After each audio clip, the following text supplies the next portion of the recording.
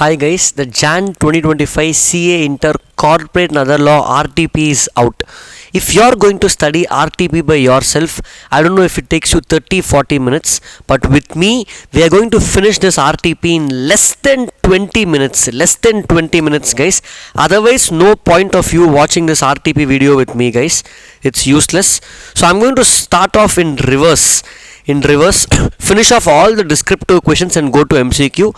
I'm going to be super fast. If you're not understanding, you should be able to cope with my speed if your exams are in Jan. Okay, let's start off. Question 20, FEMA. Ravi, Indian citizen, works as software engineer for international company. During the previous financial year 23-24, Ravi resided in India for 200 days. Good, more than 182. However, in April of current financial year, he accepted a job in Canada and he left India for a long-term visa indefinitely. If you leave for those three particular purpose, what are the three purpose? For purpose of business or vocation, for purpose of employment, or where your period of stay is uncertain. Here employment also, job is there and period of stay is uncertain. Therefore, Ravi will be person resident outside India. Residential status for Ravi for 24-25 is PROI. Next, 19. At the time of interpreting a statute, what will be the effect of usage, customs and practice? Let me tell you in logic, customs and practice means sometimes you have to give importance to what public understands something, what is being practiced over the law. That is what you have to explain. Interpretation of statutes is generally going to be direct questions. That's what they're saying in effect of usage. Look at this. You need to give importance under an old statute. Okay, what is followed based on correct understanding of law. So therefore you have to give importance to the custom is the best interpretation of the law. If you have some examples also, you can write this. These are direct questions. Let's go to next concept question. Question 18, General Clause Act.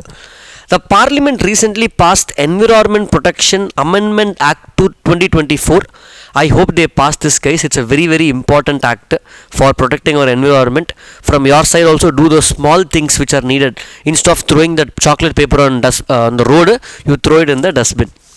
To strengthen the industrial waste disposal, the Act specified the commencement date as 1st September 2024. The President gave assent to Act on 15th July 2024. Now, which date is the Act coming into force as per General Clause Act? As per General Clause Act, whichever date, whether commencement date or President signed. Here President signed on 15th July, but the commencement date is only 1st September. Therefore, we will take 1st September 24 as the commencement date. If commencement date is not there only, we will take the date on which President has signed. Therefore, the question is, Good Earth Limited is uncertain when the provisions of Environment Protection Act will apply for them. It will apply for them from 1st September 2024. You can check your answers later, guys. I am confident about the answers. Question 17, LLP. LLP, Amit and Priya are partners in XYZ LLP, a consulting firm. Recently, Priya moved to a new address but forgot to notify the LLP within the required period. A month later, Amit's cousin, Ramesh, so we have two partners, Amit, Priya. Priya moved out to a new address. But forgot to notify the LLP. What is the provision? When you move to a new address, you have to intimate LLP within 15 days. LLP will intimate ROC within 30 days. So both of this is missed out. So penalty. A month later, Amit's cousin, Ramesh. Amit's cousins, generally they will not be silent. This Ramesh, who is a relative, expressed interest to joining XYZ LLP as a partner, and after few discussions he was accepted as a new partner. So incoming new partner, if new partner is joining, again within 30 days the LLP has to intimate ROC. So two timelines to remember. If you are changing address, intimate the LLP within 15 days, LLP will intimate ROC in 30 days. If new partner is coming, LLP will intimate ROC within 30 days. However, of course I can predict the question. LLP did not immediately update the register of companies regarding Priya's address or Ramesh admissions as partner. What are the provisions? Let's go and cross check in question number 17. Look at this. New admission as partner, you have to intimate ROC within 30 days. If Priya is leaving, she has to intimate LLP in 15 days. LLP has to intimate ROC in 30 days, which is missed out. Therefore, in both the cases, the LLP is not in compliance of the LLP Act 2008. If If you remember the penalty, you can write it. Otherwise, just tell they are not in compliance. 16. From now, Companies Act only, guys. HD Software is engaged in the business of providing software services. Super. The company appointed its statutory auditors, not the first auditor, that means subsequent auditor. The board of directors of the company informed the auditor that the fee shall be fixed by the board of directors. No, as per section 142, what we learnt, first auditor, board of director will fix the remuneration. Subsequent auditor will be fixed by the shareholders by passing an ordinary resolution in the general meeting. But the auditor objected the same. Correct, auditor studied Companies Act, he has to object. Now the directors have to approach you to advise them whether they can solely fix remuneration of auditor. No, right, section 142, unfortunately he can't fix it. It has to be fixed by the shareholders only. Pran Limited, question 15, is an unlisted company having its registered office at Agartala. The company scheduled its AGM in Goa. In exam also, the examiner wants to divert you like this. Don't get diverted. 31st July in Goa. That to tax audit deadline for individuals in Goa. I don't know what CA students are doing. The meeting commenced at 3 p.m. and concluded at 6 p.m. We learnt meeting can start between 9 a.m. to 6 p.m. Working hours can end anytime. It is also provided that by 1st July 2024, company obtained written consent of all members via email agreeing to hold the AGM out of the state as per Companies Act. Super. AGM should be held at Agartala, which is the registered office. But you can keep it anywhere else in India if 100% of members pass a unanimous resolution in writing or in electronic mode to keep it anywhere else in India. One thing I know, the shareholders of this unlisted company Pran Limited are very smart to move from Agartala and to keep in Goa. If you are going to keep in Goa, who is going to tell no? Therefore 100% unanimous resolution have agreed to hold it out of state, therefore allowed.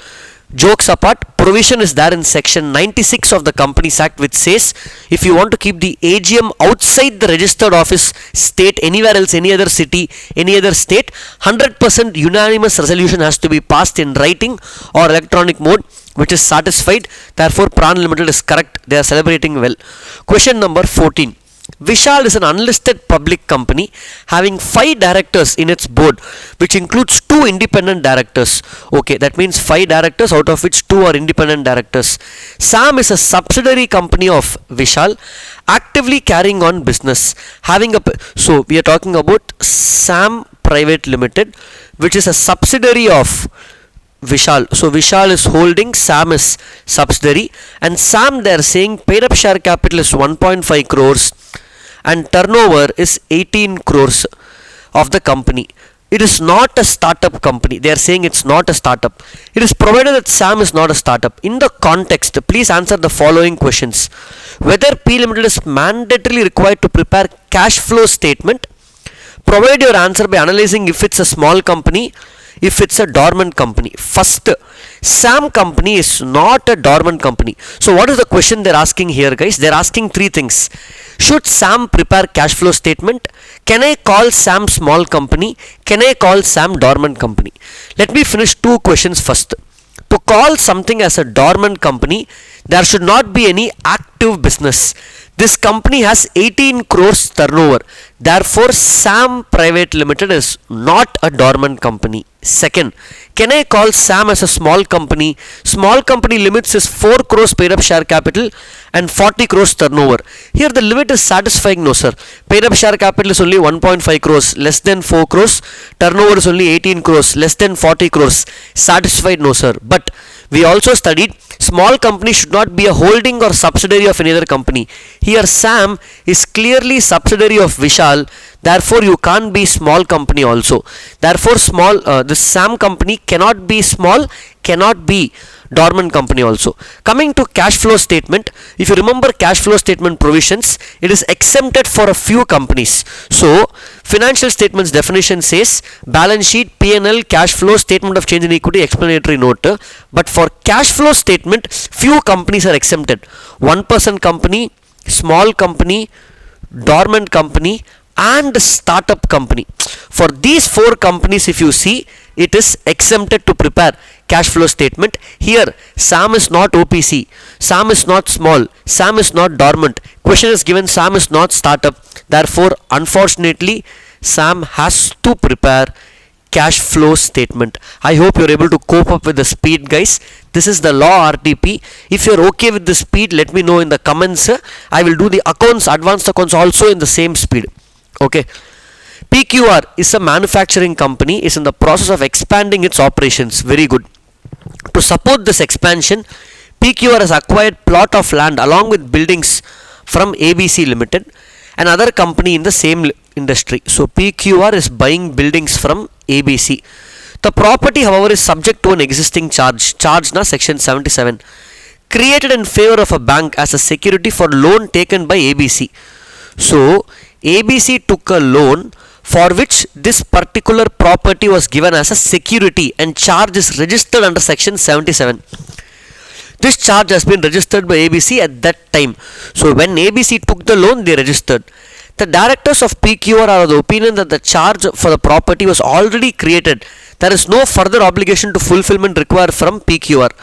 After negotiations, the bank as the charge holder consents for the sale and transfer of the property with the condition that PQR must register the new charge.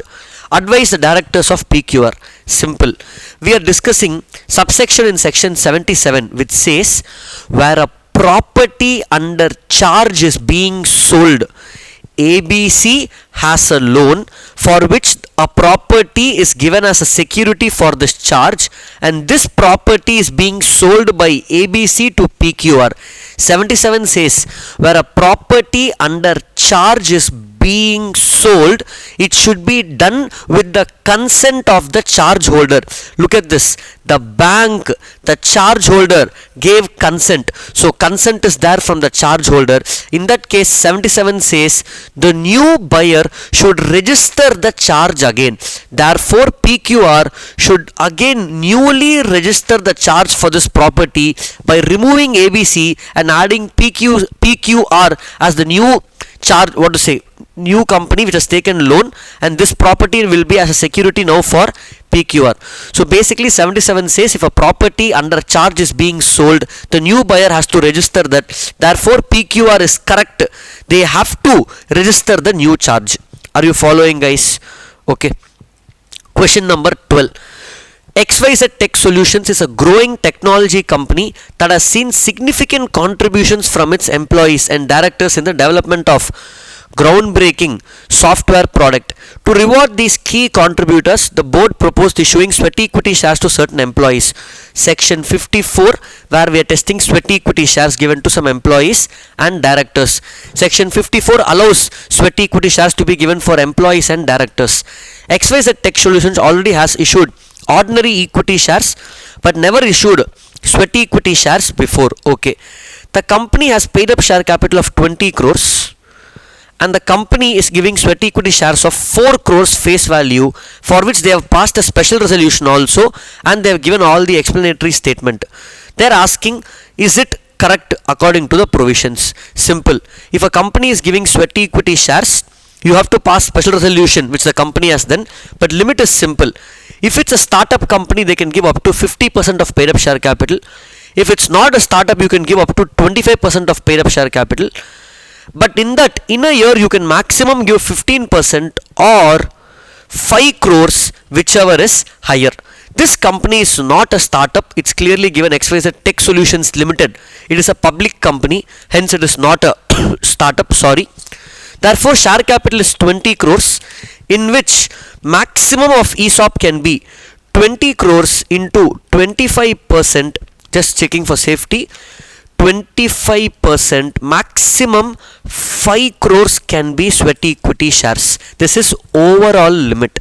But in a year, they can give only 5 crores or 15%, whichever is higher. So 20 into 15%, if we see, it comes to 3 crores. It comes to how much, guys? 3 crores. Therefore, the company can issue 3 crores or 5 crores, whichever is higher. They can issue 5 crores, up to 5 crores, but the company wants to issue only 4 crores. Therefore, XYZ Tech can proceed to give 4 crores of sweat equity shares under section 54, which is very much allowed. Maximum 5 crores overall. In a year also maximum 5 crores. They are giving only 4 crores. Therefore it is allowed. Question number 11. Last descriptive. Then we will go to MCQ. XYZ Limited issued a prospectus to raise funds for a new manufacturing project. After successfully raising the funds, the company identified investment opportunity in different industries 6 months later, requiring a significant portion of funds. The proposed investment involved trading in equity shares of other listed companies. So let's say they raised 100 crores. Let's say 60 crores they used. Balance 40 crores, for example, they want to use for investment in equity shares of other listed companies. Can I tell you something? Raise the money and use for something else? No. If you want to do variation of objects, you have to follow section 27. For variation, you have to pass special resolution in postal ballot, you have to publish in the website, you have to publish in newspaper, you also have to give an explanatory statement, and you have to give exit opportunity to dissenting shareholders. 27 talks about 5 procedures. Special resolution in postal ballot, I am repeating, website, newspaper you have to publish, explanatory statement, and exit opportunity for dissenting shareholders. Here, the board of directors suggested varying the original objects for which funds were raised to allow this new investment and recommended passing a special resolution, which is anyway done in company's general meeting. While the promoters and controlling shareholders supported the change, some shareholders expressed concerns, particularly regarding deviation from initial purpose. For them, we will give an exit opportunity. Based on the provisions, advise if this can be done. If they can redirect the funds, on the face of it, you cannot redirect funds for investment in equity of other companies. But if you follow the entire procedure under section 27, these 5 points which I said, yes, you can do it. Now the remaining 10 questions are just MCQ. Let's do that much faster. X purchased the car from Y, believing Y was the legitimate owner. That means X is the buyer, Y sold the car to X. X paid the full price and took possession of the car. He did not check RC. RC means to see who is the owner of the car, to verify the authenticity of Y's ownership. Later it was discovered that Y was not the rightful owner. So Y is one fraud fellow, okay, and the car had been stolen. So Y stole the car and gave it to X. X looks like he purchased in good faith. In the context of good faith and General Clause Act, determine the validity. According to General Clause Act, the term good faith is different from Contract Act. General Clause Act says good faith means any act which is done honestly, and they use the word in the definition itself, whether done negligently or not. So you have purchased it honestly, but whether done negligently or not. So here, because he has purchased it honestly, yes, he was careless by not seeing RC. Let the buyer beware will come only in Sale of Goods Act, not in General Clause Act. So I will say C. X holds a valid ownership because he has no knowledge of the car being stolen, showing he acted in good faith. Answer is C. But only this one question I am arguing with the RTP of ICA. ICA went for this question with B. X does not hold a valid ownership because his purchase was made without due care and attention, even though he acted honestly. That means he was negligent. But according to me, the definition of good faith says you purchased it honestly, whether negligently or not. Therefore, this will not be the correct answer in my view. The correct answer has to be C. Somebody who has read the definition will know correct answer is C. Let's go to question number 9. XYZ is holding 51% of equity shares of XYZ is a limited company in which 51% is held by state government of Maharashtra and 49% by private investors. That means XYZ is a government company where not less than 51% of paid up share capital is held by central or state government. The board of XYZ seeks to appoint auditor for the upcoming financial year. As per the Companies Act, which of the following statement is correct? Board of who can appoint auditor for government company? Only C and AG. The Comptroller and Auditor General of India will appoint the auditor of XYZ. What are the other points? Board will appoint? No. Shareholders will appoint? No. State government will appoint? No. Only if the C and AG fails, then the others will have the choice. That too for first auditor. For subsequent auditor, only C and AG will appoint. Therefore, answer is B. Okay. Coming to next question. Amit, a CA, is appointed as auditor of Grey Limited. Anita, Amit's wife, recently acquired equity shares.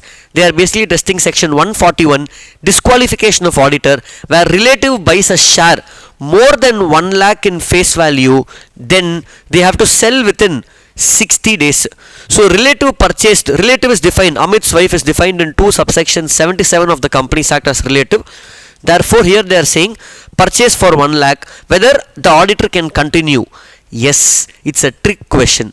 Up to 1 lakh is allowed, only more than 1 lakh is not allowed. Here they are saying disqualification, no. Auditor must immediately vacate, no. She has to sell the share within 30 days. Even if this is the point, answer has to be 60 days. So it's not this. Amit cannot continue as auditor because there is disqualification. No. Then the answer is C, because Amit can continue. Amit and Co can continue as the auditor since the shares held by Amit's wife does not exceed the limit. Limit is 1 lakh face value. Shares purchased also is 1 lakh face value. So it is allowed. Only 1 rupee more, he will be disqualified. Trick question. Next, question number 7. ABC LLP incorporated with 2 partners, Raj and Rani. Okay, Raj and Rani. Due to certain differences, Rani resigned from LLP and gave divorce to Raj. Joking, guys. Just resigned from LLP and leaving Raj as the sole partner. Raj always is alone. Okay.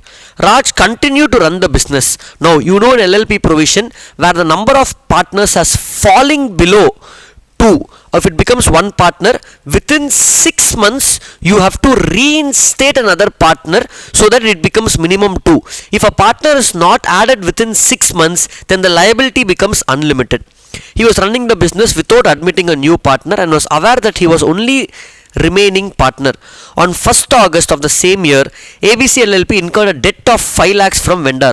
1st August is after 7 months, guys. 1st January, Raj became alone. Sad fellow. 1st August means 7 months are over. That means more than 6 months are done. Therefore, liability becomes unlimited for that fellow Raj. Therefore, Raj will not be liable. No. Raj will be liable for the 5 lakhs since he was a sole partner for more than 6 months. Raj and Rani will be liable. No. Whoever is left, that partner only will be liable. LLP will be automatically dissolved after 6 months. No. Yes. No. This also is not correct. Raj will be liable for the full 5 lakhs after 6 months. Next, last independent MCQ before we go for the case study MCQ. XYZ LLP is a consulting firm where 4 partners A, B, C, D are responsible for various functions. Partner B, without consulting the other partners, enters into a contract with third party P for high value procurement on behalf of XYZ. So we have A, B, C, D. B enters into a contract with Mr. P for some high value. It is later found that partner B did not have authority to engage in such deals. This is not partnership, it's LLP. So B is not having the authority to enter into such deals. And XYZ has no history of involvement in procurement. Mr. P, who is an experienced business person, was aware that B was not authorized to enter into procurement. So P knows that B cannot enter into this transaction, but he still entered into transaction. In this scenario, what is correct? XYZ is bound by the contract because partner B is in the LLP. The concept of mutual agency does not come for an LLP. So Partners Act will not bind the LLP. XYZ is bound by the contract as P is bound because P believed partner B was authorized to act. But here he was aware that B was not authorized. So it is not authorized. XYZ LLP is bound by the contract because P is a third party and he was not aware. XYZ LLP is not bound by the contract because B lacked authority and P knew about this authority. According to me, answer is D. Let's go cross check. This is MCQ number 6. I'm not checking the answers before, guys. So whenever I have a doubt, of course I will check.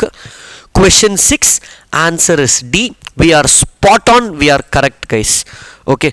XYZ is not bound by the contract as P lacked authority. B did not have the authority and P also knew about this. For this, you don't have to know LLP. You just have to have common sense. First 5 questions is case study. How I approach case study is first I will straight away go to MCQ. Okay. So straight away when I go to MCQ, I will try to answer a few questions and then I will come and read. Then only I will shade. Don't shade because you can't change it. Read the MCQ, see if you know the answer, then go read the paragraph for answers. Given that ABC it's first financial year, so ABC is a company in first financial year ending on 31st March, incorporated on 1st Jan. What is the last date in which company should have AGM? For first AGM, time is 9 months from end of financial year. So from 31st March I will have time until 31st December 24. Answer should be B. Let's see. One answer is B. Without even reading the paragraph, they are able to answer. Of course, you have to read, guys. Don't shade before that. Suppose ABC holds first AGM on 15th December. By when it must hold the next AGM to remain compliant? So 3 points. Every calendar year there should be one AGM. So 2024 one is there. 2025 next 4 are there. Met. It should be within 6 months from end of financial year, which is 31st March. This is not within 6 months. So A will be eliminated in the second point. Maximum time gap is 15 months. So if I keep in 15 December, that means 3 months before 15 December, 15th November, 15th October, 15th September. So I need to keep it. I need to keep it on or after 15th September, so that from 15th September to 15th December of next year, time gap will be less than 15 months. What will happen if you keep in June and March? From this June and March till this December, time gap is more than 15 months. So ideally when I reverse counted from 15th December, the AGM should be after 15th September. Therefore my correct answer is 30th September. Answer will be B for 2. 2 is also B. MCQ is just application of concepts. Under the Companies Act, ABC needs to prepare consolidated. They are asking if ABC has to prepare consolidation. For this I can't know. I need to go and read the question. So let me go and read the question. ABC was incorporated. I am just running through. Look at this. The company has a wholly owned subsidiary. If you have a subsidiary, you have to prepare consolidation. You have to, and look at this. Additionally, ABC also has 30% stake in associate company MNO. That means AS21, AS23 are met here. You have consolidation of subsidiary and associate. Therefore, third one answer, yes, they have to prepare not no. Yes, because only they are listed companies. No. Answer is A, because it has wholly owned subsidiary and associate. If you have subsidiary and associate, you have to prepare consolidation. Question number 4. What must ABC Limited ensure to pass the special resolution approving the adoption of the new e-commerce model at AGM? So they are saying, okay, go back to paragraph. The company wants to basically, look at this, preparing its first AGM to present to FS a new business model. ABC's current board consists of 5 directors, and look at this, they are aiming to include e-commerce operations, so for which they are basically changing the objects then, and they are saying company wants to pass special resolution. What is special resolution for e-commerce? More than 50%? No. The resolution can be passed if votes favor exceed the votes against. No. This also is ordinary. Resolution must have unanimous support. No, that is unanimous resolution. So what is special resolution? The resolution must be stated as special in the notice and votes in favor must be 3 times against. Yes, this only is special resolution. The notice under section 101 should contain that we are going to pass a special resolution under section 114. Last question. Under which conditions would ABC Limited be exempt from preparing consolidated FS? This is a wholly owned subsidiary. In section 129 there is a proviso which says consolidation is exempt if the members of subsidiary give consent in writing that they don't need consolidation. Look at the points. ABC is a wholly owned subsidiary. If all members agree in writing to the exemption and proof of delivery is given, then no need to prepare consolidation. A is correct. No unanimous. That it has to be in writing, guys. Are not significant. No, simply skipping majority vote. No. So answer is A. 5th is A and 4th I have taken as B. Let's go check, guys. 5th is A, 4th is B, and that's it, guys. With this we are finally done with our RTP for Jan 25 in less than 20 minutes. I hope you guys have understood in less than 20 or 30 minutes, guys, whatever time we have taken. Thank you so much. Keep studying. That's about it.